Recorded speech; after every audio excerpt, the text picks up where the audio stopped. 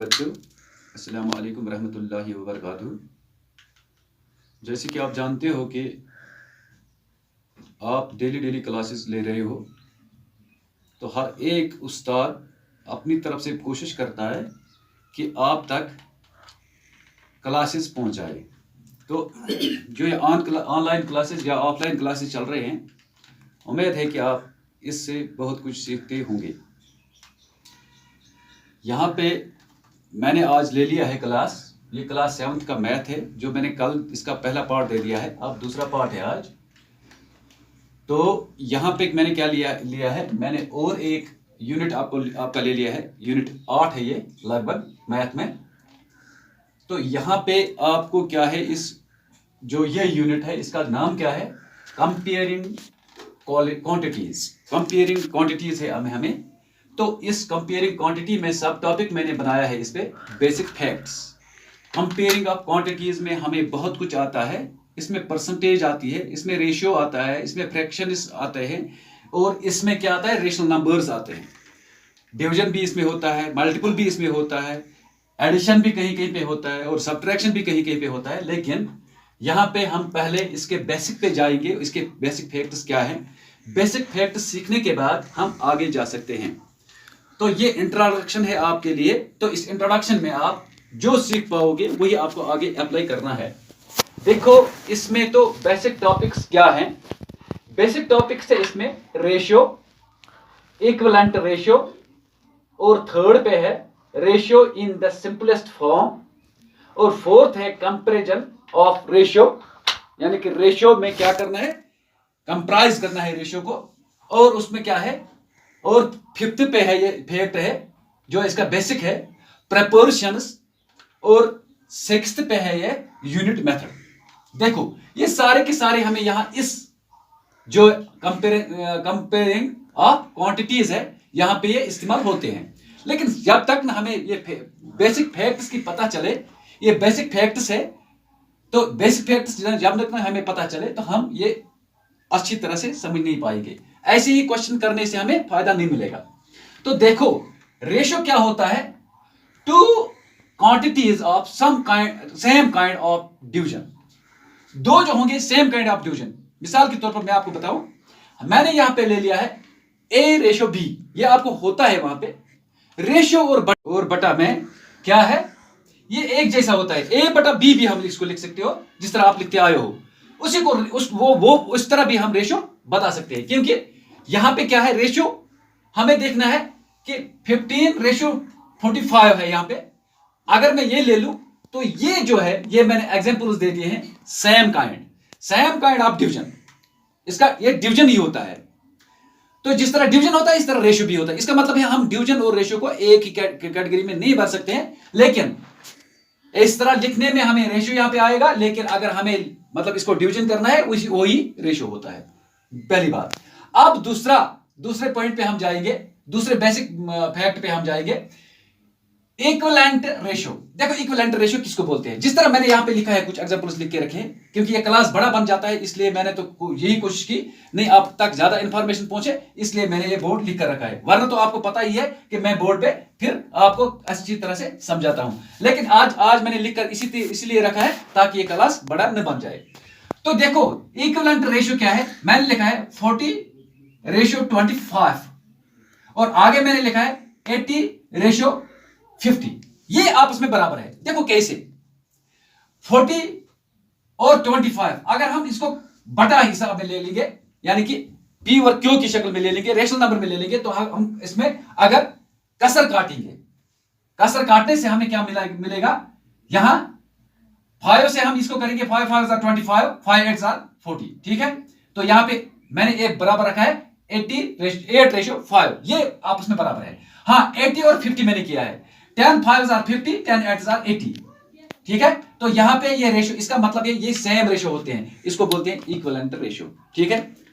हाँ, 40:25 हो या 80:50 हो या 8:5 हो, तो ये सारे के सारे इनको हम बोलेंगे इक्विवेलेंट रेशियो। लेकिन एक बात है यहां पे, जो यहां पे हमें निकला है 8:5, ये इसकी सिंपलेस्ट फॉर्म बन गई है, ठीक है, क्योंकि आगे आपको सिंपलेस्ट सीखना है।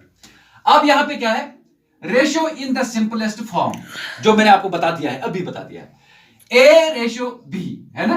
तो ए रेशियो बी में क्या है, ए को हम क्या बोलेंगे, उस तरह क्या बोलते हैं, न्यूमरेटर और डिनोमिनेटर। यहां पे न्यूमरेटर और डिनोमिनेटर हम नहीं बोलते हैं इसको।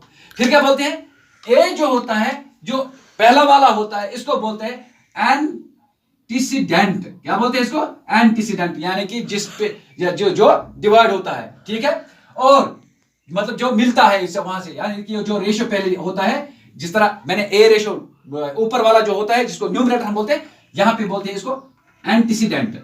और जो बी है, जो बाद में लिखा जाता है, रेशियो के बाद जो लिखा जाता है, उसको बोलते हैं कॉन्सिक्वेंट। समझ आ गया। हाँ, इसका मतलब है यहां पे अगर हम ले लेंगे 5 इज एंटीसीडेंट अगर हम रेशियो में लिखेंगे, और 15 इज कॉन्सिक्वेंट। अब मैं यहां पे क्या करता हूं, मैंने इसको न्यूमरेटर और डिनोमिनेटर में लाया है, यानी कि बटा सूरत में लाया है, पी और क्यू की शक्ल में लाया है, रेशनल नंबर की शक्ल में लाया है। ये किसके बराबर है, इसका पता है, मैंने बोला सिंपलेस्ट फॉर्म, इसकी मैं सिंपलेस्ट फॉर्म निकालूंगा, 5 1 are 5, 5 3 are 15, 1/3 इसके बराबर निकला है, ठीक है। इसी तरह 6/30 है, 6 1 are 6, 6 5 are 30, ठीक है। इसका मतलब है 1/3 आया है। इसी तरह अलग अलग निकलेंगे, ये एक सिर्फ 1 3 नहीं आएगा, कहीं पे 1 2 भी आएगा, कहीं पे 2 3 भी आएगा, कहीं पे 3 4 भी आएगा। तो इसका मतलब क्या है, इसको बोलते हैं सिंपलेस्ट फॉर्म हम कैसे निकालते हैं। लेकिन एक बात आपने याद रखी है कि इसकी बेसिक जो फैक्ट है, यहां पे हम इंसिडेंट बोलते हैं इसको, और पहले वाले को और दूसरे वाले को बोलते हैं कॉन्सिक्वेंट। उस तरफ अगर हम इसमें बटा सूरत में ले लेंगे तो इसको न्यूमरेटर और डिनोमिनेटर बोलते हैं, ठीक, ओके, हो गया क्लियर। अब यहां पे कंपैरिजन ऑफ रेशियो, इसमें क्या है, इसमें स्टेप्स है। देखो पहला step, fractions in the simplest form. Fraction किस में हमें लानी है, सिंपलेस्ट फॉर्म में।